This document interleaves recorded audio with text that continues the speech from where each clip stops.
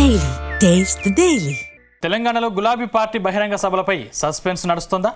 కృష్ణా గోదావరి జలాల విషయంలో 3 చోట్ల భారీ బహిరంగ సభలు నిర్వహిస్తామని గులాబీ బాస్ కేసీఆర్ ప్రకటించారు.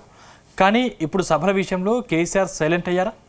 ఇప్పటి వరకు సభలకు సంబంధించిన ఏర్పాట్లపై చర్యలు లేకపోవడంతో అసలు సభలు ఉంటాయా లేక వాయిదా వేస్తారా అనే చర్చ జరుగుతుందా? మరి ఇప్పుడు బీఆర్ఎస్ సభలు ఎప్పుడు నిర్వహించబోతున్నారు?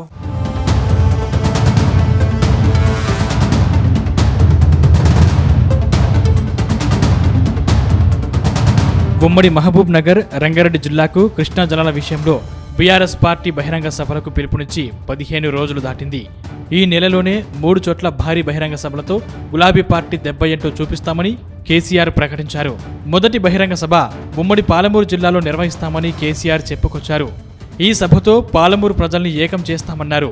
చాలా రోజుల తర్వాత ఫామ్ హౌస్ నుంచి బయటకు వచ్చిన కేసీఆర్ ప్రకటనతో బీఆర్ఎస్ నేతల్లో కొత్త జోష్ వచ్చింది.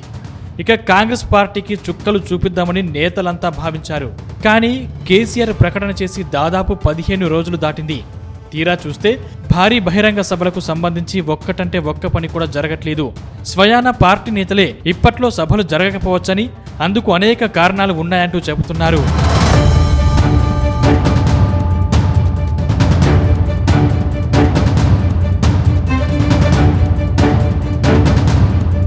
అంతకుముందు గులాబీ బాస్ మాజీ సీఎం కేసీఆర్ పాలమూరు రంగారెడ్డి ప్రాజెక్టు విషయంలో నేతలతో కీలక సమావేశం నిర్వహించారు. బీఆర్ఎస్ఎల్పీ సమావేశం తర్వాత సభకు ప్రణాళికలు చేయాలని, అంతకంటే ముందు ప్రజలు చైతన్యం తీసుకుని రావడం కోసం అనేక కార్యక్రమాలు తీసుకోవాలని సూచించారు. కేసీఆర్ చెప్పడమైతే జరిగింది. కానీ ఇప్పటి వరకు పాలమూరు జిల్లాకు చెందిన నేతలు క్షేత్రస్థాయిలో ఒక్కసారి కూడా సమావేశం నిర్వహించలేదు. బహిరంగ సభ ఎక్కడ నిర్వహిద్దాం, ఎలా ముందుకు వెళ్దామనే విషయంలో ఫెయిల్ అయ్యారని సొంత పార్టీ నేతలు చర్చించుకుంటున్నారు. ఇందుకు కారణం నేతల మధ్య ఐక్యత లేదని టాక్ ఉంది. దాంతో నేతలంతా సమన్వయంతో ముందుకు వెళ్లడం లేదని అంటున్నారు.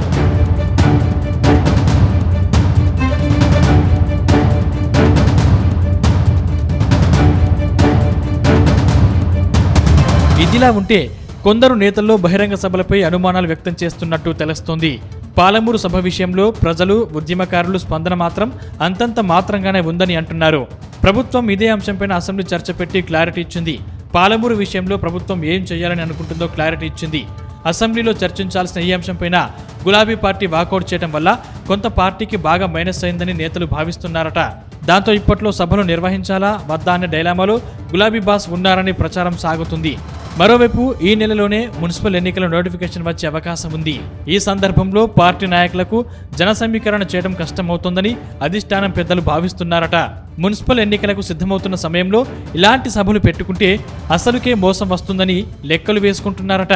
ఇప్పటి వరకు కేసీఆర్ బహిరంగ సభలపై ఆదేశాలు అందుకే ఇవ్వలేదని మరికొందరు నేతలు చెబుతున్నారు.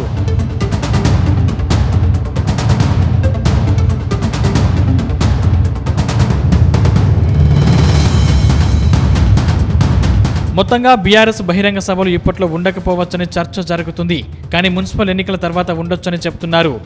ఇదిలా ఉంటే కేసీఆర్ సభలకు ముందే పాలమూరులో బహిరంగ సభలకు కాంగ్రెస్ రెడీ అయింది.